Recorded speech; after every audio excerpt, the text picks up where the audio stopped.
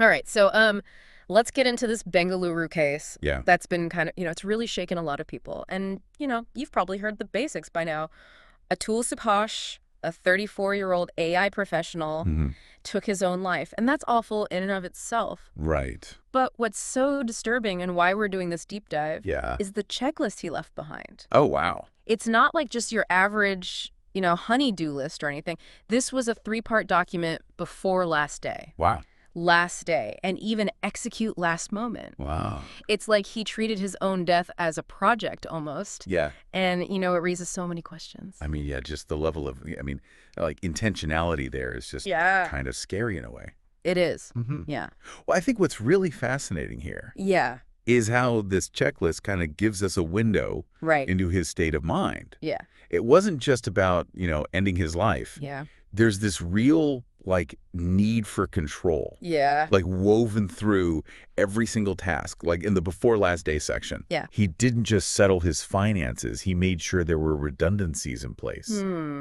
It's like he was trying to preempt any problems Right. that might arise for his family after he was gone. And that's heartbreaking because it really suggests that he wasn't indifferent Right. to the impact of his actions. Yeah. He was actually trying to mitigate it in a way. Yeah.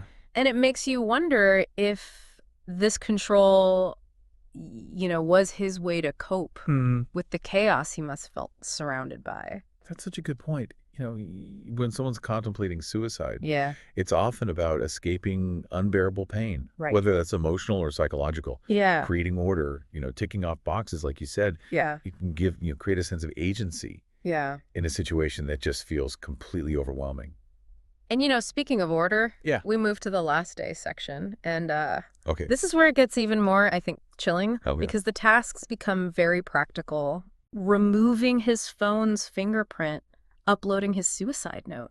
Wow. It's like he was methodically closing chapters. Yeah. Almost like, closing a business deal or something. It's really strange. And even in those final actions, there's a sense of responsibility. Totally. He submitted his work laptop. Yeah. He cleared payments. Wow. It's almost paradoxical, right? Yeah, it's like... You're planning your own death Mhm. while also making sure that you don't leave a mess behind. Yeah. And it makes you think, was this meticulousness part of his personality, or was it just amplified by this extreme pressure? Yeah, was it already there and this just kind of brought it out even more? Or Yeah. is this a result of the pressure? Right. Then we get to the execute last moment section. Okay. And this is where it almost takes on this ritualistic quality. Really? Taking a bath, putting his keys on the fridge, the notes strategically placed.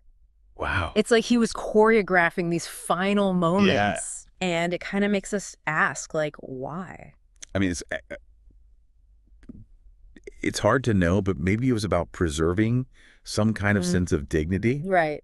Even in the act of taking his life. Right. Or maybe leaving a clear trail, like a narrative that he wanted to control. And there's one detail that stands out to me. He shared his car's location Oh, yeah. with his brother. Why the car specifically? That's a really good question. Was it about being found quickly?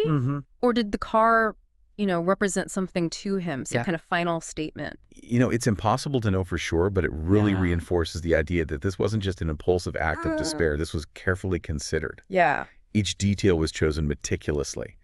And this meticulousness, this need for control, Yeah. it extends to his final messages.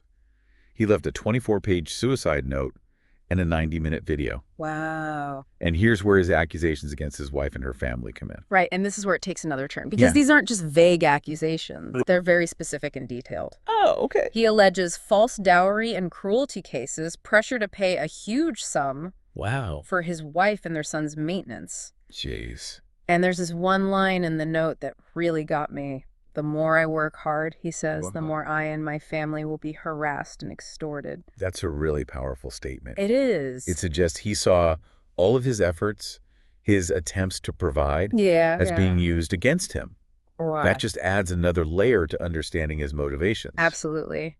And you can't help but wonder if all this planning, this desire to leave everything in order, was it partially driven by a desire to protect his family even after his death? It definitely could be. Yeah. To ensure they weren't, burdened by his absence. Yeah.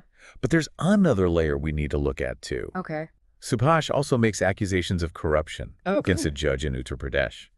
And this is where it really goes beyond a personal tragedy and starts to point at potential systemic issues. Yeah, for sure. He claims this judge demanded bribes. Yeah. Even mocked Subhash's concerns Really? about men driven to suicide by these false cases. Jeez. He even wrote to the president of India criticizing the justice system. That just adds a whole new dimension to this case. It does. If these allegations are true, yeah, it suggests Subhash felt trapped not just by his personal circumstances, but by a system that he saw as corrupt and uncaring. Yeah. It's not just personal despair anymore. Right. It's a desperate cry against perceived injustice. Yeah. Really awful. And it's in his note that we find this really disturbing anecdote. Oh, really? Yeah, he describes a scene where his wife's allegedly asking him why he isn't taking his own life. Oh, wow. And the judge he accused of corruption is supposedly there laughing. Oh, my gosh. And then it gets even worse because he writes that his mother-in-law assured him they'd get money from his parents and keep his family entangled in legal battles even after his death. That's just awful. It is. Yeah. It's chilling. It really paints a picture of a man feeling totally cornered. Yeah, no escape. No escape. And that kind of brings us back to the meticulous planning, the checklist. Right. Was this, in a way, a final attempt to reclaim control? Yeah. In a situation that felt completely out of his hands? I think that's a really good point, because in the face of this much despair, this feeling of powerlessness, asserting control over even little details. Right. Like arranging keys on a fridge could have given him some semblance of order. Right. In a world that felt like it was falling apart around him.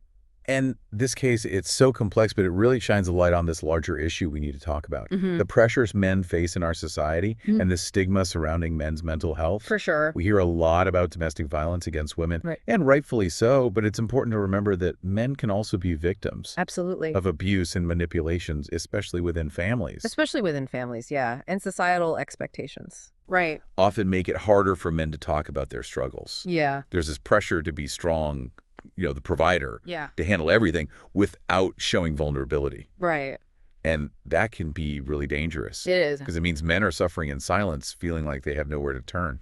And when you add in the complexities of the legal system, especially in a case like this with allegations of false dowry cases and corruption, it's a mess. It's easy to see how someone could feel trapped with no way out.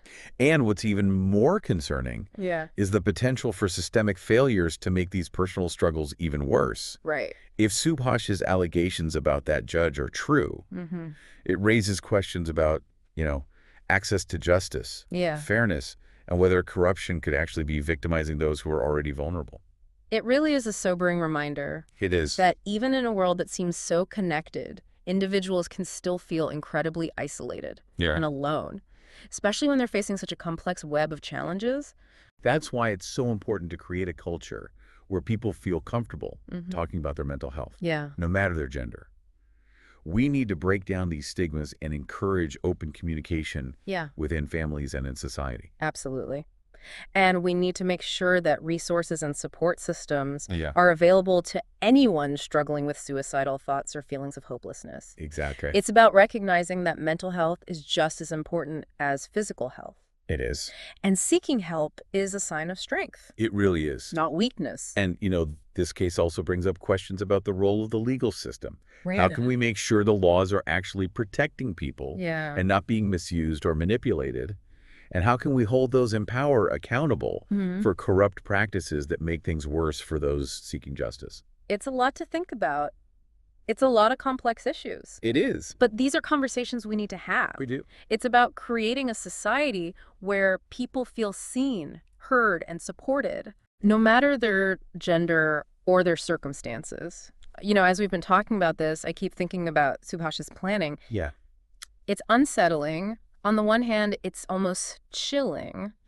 But on the other hand, it's almost like he was using the same kind of approach we use here on the deep dive. That's an interesting parallel. Yeah, breaking down a complex problem into steps, gathering information, trying to understand it all. It's true. It's just that in his case, those steps led to a really tragic outcome. A very different outcome. Yeah, and it makes me wonder, what if that analytical mindset, that attention to detail, could have been channeled in a different direction? What if instead of planning his death, he'd put all that energy into finding a way out of his situation, to seeking help, to connecting with people who could support him? Yeah, it's a heartbreaking thought. It is. Because it just highlights that even in the darkest moments, there are choices.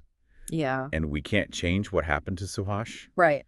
But we can learn from it and use it as a catalyst for change. I think you're right. This has been a tough one. It has been. No doubt about it. But I hope it's given you listeners some things to think about. It's easy to feel overwhelmed by these kinds of cases, to get lost in the details and the tragedy. Yeah. But what's important is that we don't let Subhash's death be in vain. Yeah. We need to use it to remember that mental health matters. Yes. That asking for help is strong, not weak. And that we need to do better as a society. We do. We need to create places where people feel safe to talk about these things, where they can find resources, where seeking help isn't shameful. Exactly, because ultimately it's about preventing more tragedies. Right. It's about recognizing that every life is precious. Yeah. And that there is always hope, even in the darkest times. If you or someone you know is struggling with suicidal thoughts, please reach out for help. Yeah. There are resources, there are people who care, and you don't have to go through this alone. And on that note, I think it's time to wrap up this deep dive. Okay. It's been heavy, but an important one. Definitely. We've covered a lot. We have. And I hope it's giving you, the listeners, some things to consider. As always, thanks for joining us on this journey. Yeah. Until next time, keep asking questions. Keep learning. Keep seeking knowledge, and most importantly, keep those conversations going.